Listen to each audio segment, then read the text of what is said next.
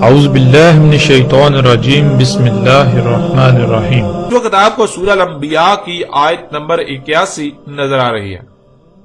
اس آیت میں اللہ سبحانہ و تعالیٰ کا کہنا ہے وَلِسُلَيْمَانَ الرِّيحَ عَاصِفَةً تَجْرِي بِأَمْرِهِ إِلَى الْأَرْضِ الَّتِي بَارَكْنَا فِيهَا۔ سورہ الانبیاء کی آیت نمبر 81 میں اللہ سبحانہ و تعالیٰ نے کہا کہ سلیمان علیہ السلام کے لیے ہوا جو آگے سے آ کر پیچھے کو انتہائی تیزی کے ساتھ سلیمان کے امر سے بہتی تھی، یعنی سلیمان علیہ السلام کے لیے ہوا کو مسخر کر دیا۔ اور ناظرین یہاں یہ بات بھی جان لیں کہ جو کہا جاتا ہے اور عام کر دیا گیا، ہر ایک کے ذہن میں راسخ کر دیا گیا کہ سلیمان علیہ السلام ہوا کو زبان سے حکم دیتے تھے، جدھر چلنے کا حکم دیتے تو ہوا اس طرف رخ کر کے چلنے لگتی، اور پھر سلیمان علیہ السلام کے پاس ایک قالین تھا، وہ اس پر بیٹھ جاتے اور وہ قالین ہوا کے اڑانے سے وہاں پہنچ جاتا جہاں پہنچنا چاہتے تھے۔ ناظرین یہ بات بالکل بے بنیاد اور من گڑت کہانی ہے، اس کا حقیقت کے ساتھ دور دور تک کوئی تعلق نہیں، اس میں حقیقت کا ایک رائی برابر بھی عنصر شامل نہیں ہے۔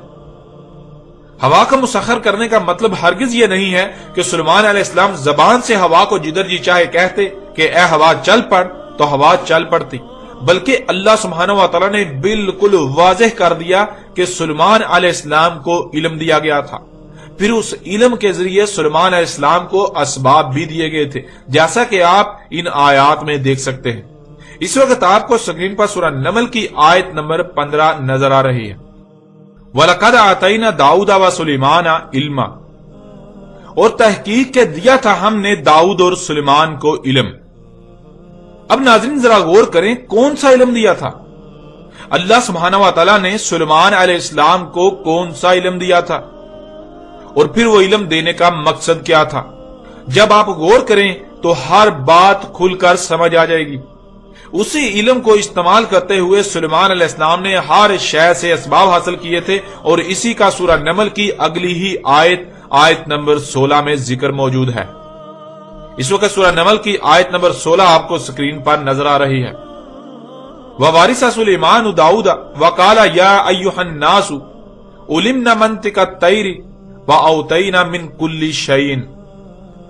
سلیمان علیہ السلام نے کہا اے لوگو علم دیا گیا ہمیں منطق الطیر کا، یعنی فضا میں تیرنے کی منطق کا علم دیا گیا کہ کس طرح فضا میں تیرا جا سکتا ہے، کس طرح ہواؤں میں اڑا جا سکتا ہے، ہواؤں میں سفر کیا جا سکتا ہے، اور دیا گیا ہمیں تمام کی تمام اشیاء سے۔ یعنی قرآن میں اللہ سبحانہ وتعالیٰ نے یہ بات بالکل کھول کر واضح کر دی کہ سلیمان علیہ السلام کو علم دیا گیا تھا، اور اس علم کی بنیاد پر سلیمان علیہ السلام کو تمام کی تمام اشیاء سے اسباب دیے گئے تھے۔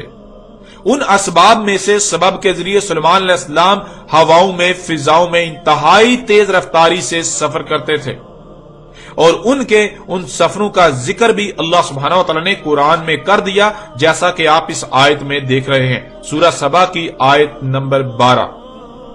وَلِسُلَيْمَانَ الرِّيحَ غُدُوهَا شَهْرٌ وَرَوَاحُهَا شَهْرٌ۔ اس آیت میں سلیمان علیہ السلام کے مشرق و مغرب میں کیے جانے والے سفر اور ان کی تیز رفتاری کا ذکر کیا گیا۔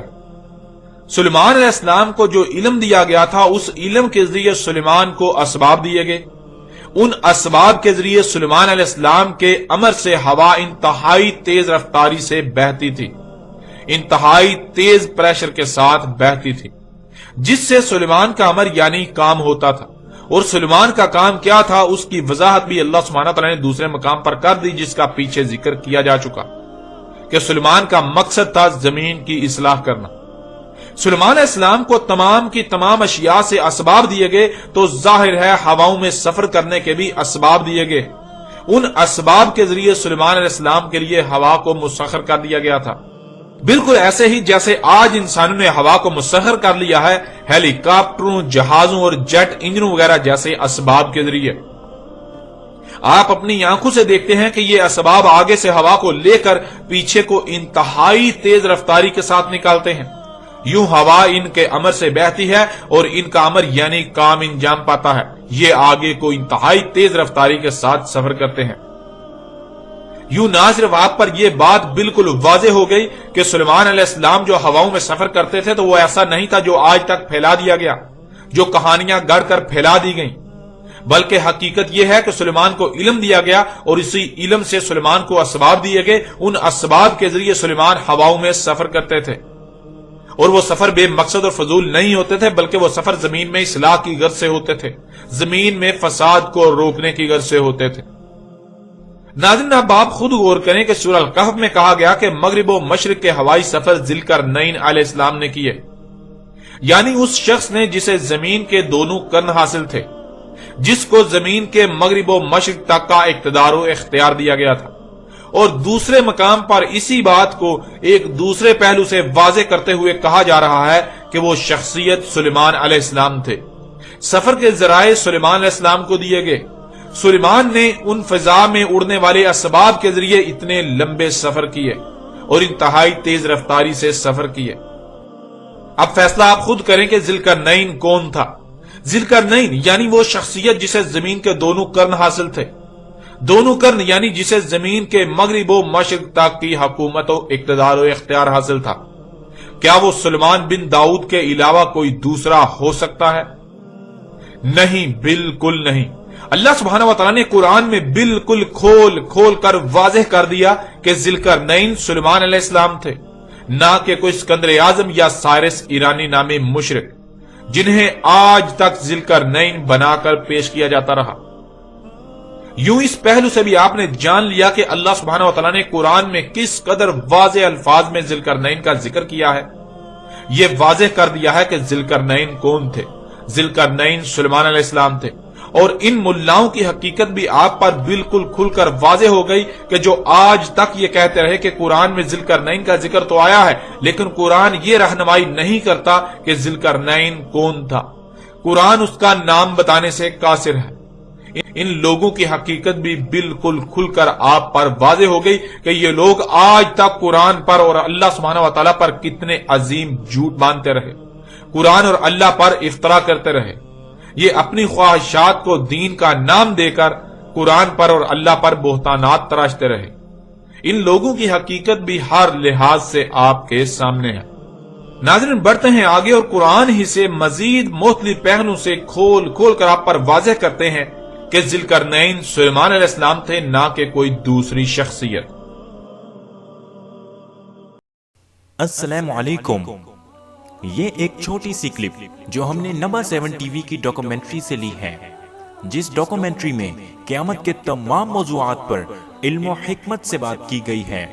آخر کون ہے نبا 7 ٹی وی والے؟ نبا 7 ٹی وی والے وہ ہیں جنہوں نے کافی لوگوں پر اسلام کا علم اور صراط المستقیم کی پہچان واضح کی ہے، اور پوری امت میں اختلافات ختم کر دیے اور ایک حق کی دیوار کھڑی کر دی۔ تو حق کو جاننے کے لیے آج سے ہی دیکھیں نبا 7 ٹی وی کی ڈاکومنٹری اس ویڈیو کی ڈسکرپشن یا کمنٹ سیکشن میں دی گئی لنک میں جا کر، اور نبا 7 ٹی وی کو فیس بک پر فالو کرنے کے لیے اس لنک میں جائیں، facebook.com/naba7int